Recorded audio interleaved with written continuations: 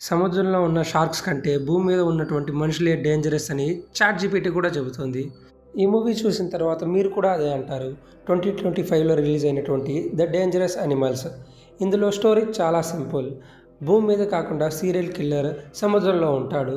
ఆ సముద్రంలో రెబెలియస్‌గా ఉన్నటువంటి జాపర్ అనే సర్ఫర్ తన లవర్‌తో పాటు సర్ఫింగ్ చేయడానికి ఒకరోజు సముద్రంలోకి వెళ్తుంది. అంతే, సముద్రంలో సీరియల్ కిల్లింగ్ చేస్తూ షార్క్‌లకి మేతగా వేస్తున్నటువంటి సీరియల్ కిల్లర్ చేతిలో దొరికిపోతుంది. ఇక ఆ సముద్రంలో ఆ అమ్మాయి తప్పించుకుందా లేదా, తనను కాపాడడానికి వచ్చిన తన లవర్ పరిస్థితి ఏమైంది అని తెలుసుకోవాలంటే 'డేంజరస్ యానిమల్స్' మూవీ చూడాల్సిందే. ఈ మూవీ ఒక సర్వైవల్ థ్రిల్లర్ స్టోరీ. ఈ మూవీ చాలా ఇంట్రెస్టింగ్‌గా ఉంటుంది.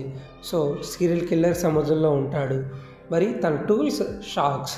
సో, ఈ క్రేజీ ఐడియాతో తీసిన ఈ మూవీ చాలా గ్రిప్పింగ్‌గా ఉంటుంది.